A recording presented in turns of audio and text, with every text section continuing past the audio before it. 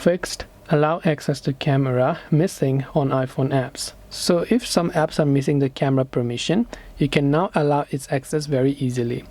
Just open up the settings application.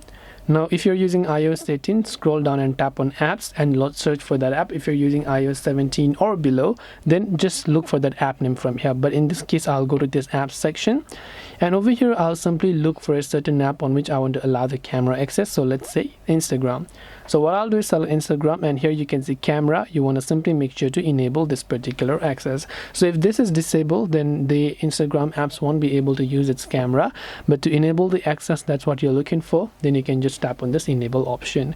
So I hope this video helped you. If you have got any more questions, feel free to also leave them down below. Thank you for watching till the very end of this tutorial, and see you soon in our next video.